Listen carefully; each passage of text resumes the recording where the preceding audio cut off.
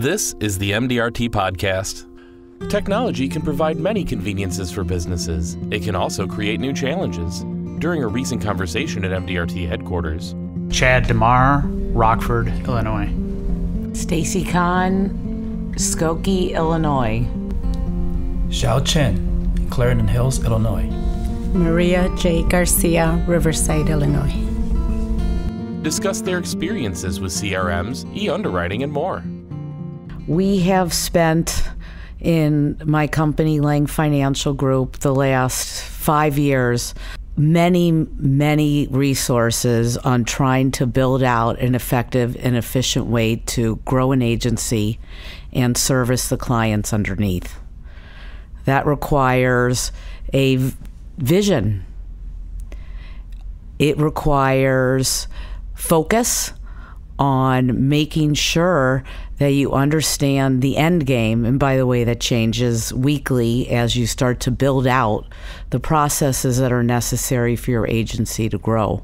A lot of whiteboarding went on over those 2.5 years, which means taking one process at a time. For example, as we sit here and we sell life insurance, the underwriting process. So it starts with who is in front of you and what those health conditions are before you can even offer the proper insurance carrier. And that process just of evaluating what underwriting looks like probably has 15 steps. And each of those steps needs to be written out to be able to hand a playbook to a staff member to execute what us as salespeople do. Because if we're not out talking to our clients and getting them to sign on the dotted line when it's appropriate, now we got to execute the contract, and it's gotten much more difficult over the last 35 years. And so that process, we shouldn't be doing it. We're too highly paid. We have to have staff that does that work for us, but we got to give them the guidelines, and that is one thing we've found, just a slither of what technology does.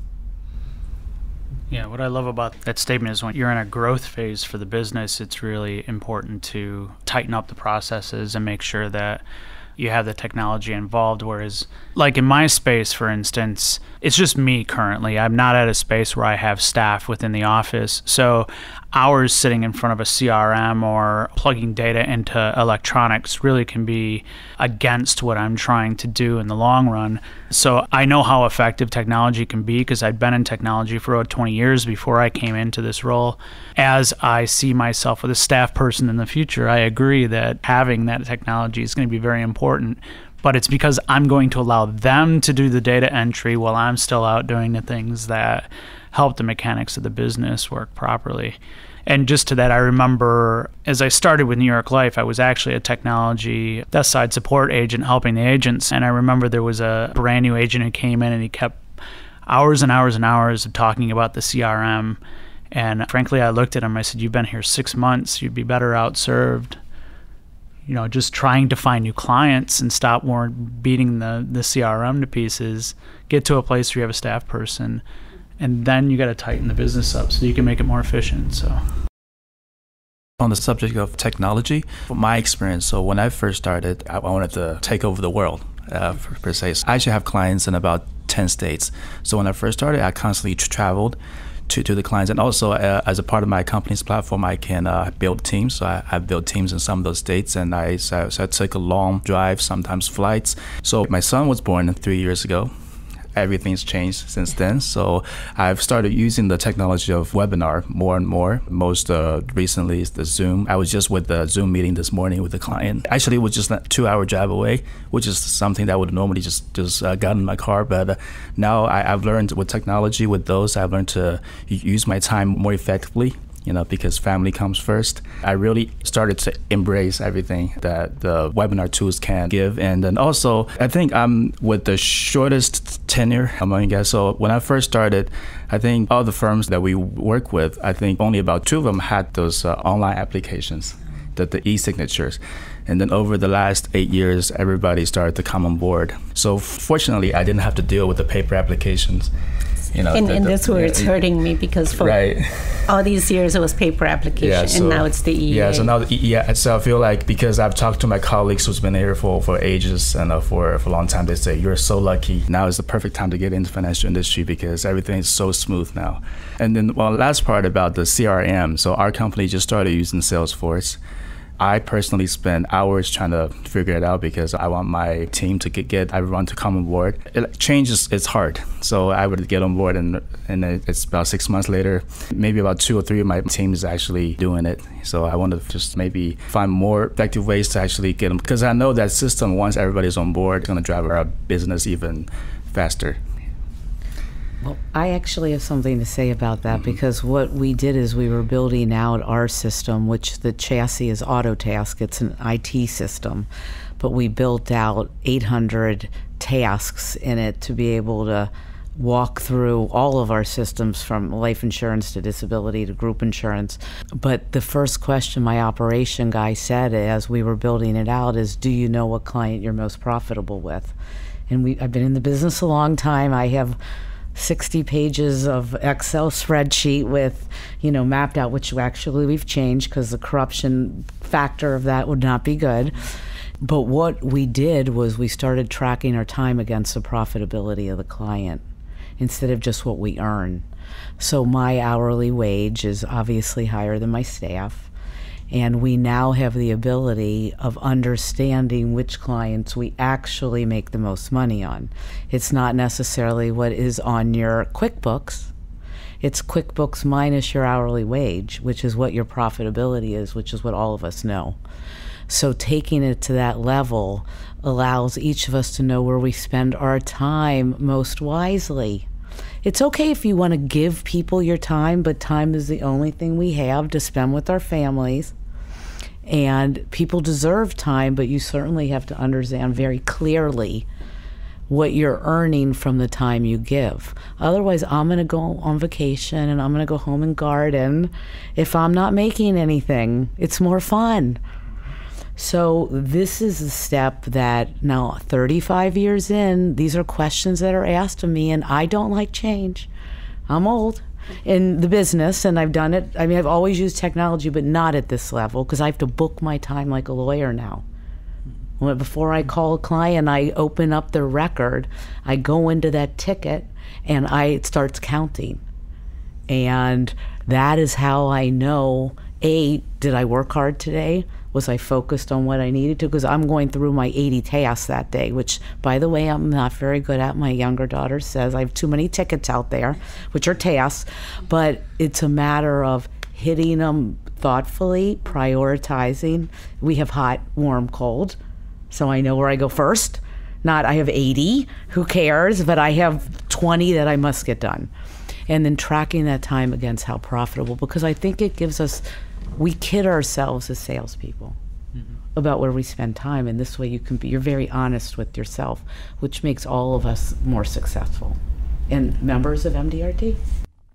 Has there ever been a time where technology has caused any problems or presented any challenges to overcome?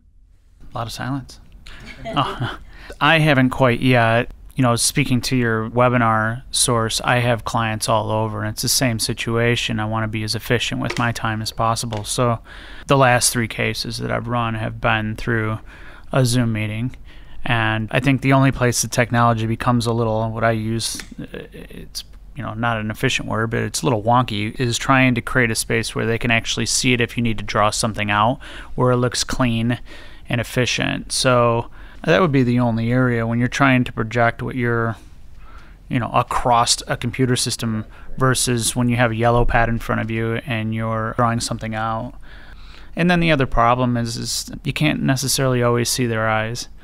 And to me, I connect with people in that way. So it's very important for me to see they're leaning forward, their legs positions, how, are they paying attention? You could feel that a little bit through the telephone, but it's not the same. Definitely know I need tremendous improvement, tremendous. Because again, I'm just old school with the paper apps, just fighting myself on getting on the EAs, getting on all the technology that is available to me. And I think it's just my mindset that needs to switch and say, it's here, it's not going anywhere. And as Stacy just mentioned, it's going to help me tremendously, just taking that step and saying, yes, I mean, the electronic applications are just wonderful because in this day and age, how many times in the paper application area you're got to go back and get an initial or a signature in that system. 98% of the time there's some issues that come up, but you can't get it wrong in a lot of cases, which makes it a lot easier. Now, there's background stuff that happens that you have to fight through, but... Yeah, well, actually, just to respond to what you said, I think as me personally, if I had a chance to meet the person face-to-face, I would take that over any webinar or phone call, because I think as humans, we actually do better when the communication is live and personal. So I myself try to do as the best I can to actually meet the person. I think because if it's a webinar session, sure, we'll have some small talks, right? Well, but once the business talk is over, it's the disconnect. Where when you meet a prospect in person, there's so much you can do. You can talk, you can go to lunch afterwards. Then maybe it wouldn't be as efficient, but I just think, there is a balance to that, right? Right. Yeah, absolutely. Right. I want to mention something about e-apps in my personal opinion. I'm a little bit of a control freak in allowing my clients to not mess it up. So people, it's kind of like when a doctor comes in with the white coat and they tell all. And I write rather large cases, regular. I deal with, again, I've been in the business a long time, but coaching those people through the phone application is the key.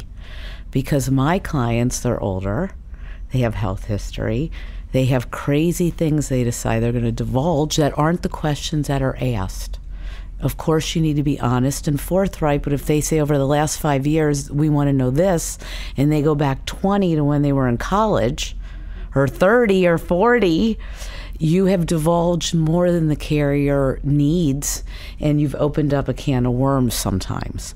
So I believe for us to have good outcomes in underwriting, which is what we're here to do, we need to coach our clients very carefully on how they answer the questions, what information they need in front of them to be prepared for that appointment so they're not frustrated. They have a list of meds, but they don't know how many milligrams and how many times a day and how long they've been on it and even what it's for, but they've been taking it for 30 years. So it's really the key, because I've had the last couple of applications, they'll only do a phone interview. If you're holding a phone, you can't put the speaker on. My client went crazy. He hung up on them. He did. And so I didn't realize that I actually had the same situation because I was buying the same product. And I was like, what do you mean I can't use my speaker? I need to look through my phone and give you some medical information. You can't. So I said, so now I make sure we rewrote a letter how they underwrite, the e-underwriting, and said you have to have a headset with you. Otherwise, you're going to be frustrated. And I don't want you frustrated. I want you to know up front what you need to know. And this is how we all get good outcomes, because it's aggravating for us. We spent all this time and then he hung up on him. Yep, and you're absolutely right, because I always make it a point, answer truthfully, just answer what they're asking you. Don't give a, as but you people said, don't. Yeah, they'll go back, oh yeah, when I was in high school and they're 50. Right. So, yeah. And that kind of is key to knowing your client. I think in some cases, because there are times where the electronic application is just not happening. I will break out a paper application because I know who I'm in front of and I'm going to ask the questions, or at least I'm going to take out the questions that are going to be asked of them. I'm going to take them through a trial before I get them to the telephone call, so that, because sometimes they don't know it's coming even though you try to explain it to them, and if you take them through that process, they're going to start to pull out all those concerns that they're going to pull out on the phone, and you can get in front of it. So it's just key to knowing the client. They're A-type, and they just know what they know, and they want what they want, and they're gonna end the process really quickly, and you know who they are. Yeah, and I think with us, sometimes we face clients whose the native language is not English, and I think for some of those clients, I actually still do the paper application.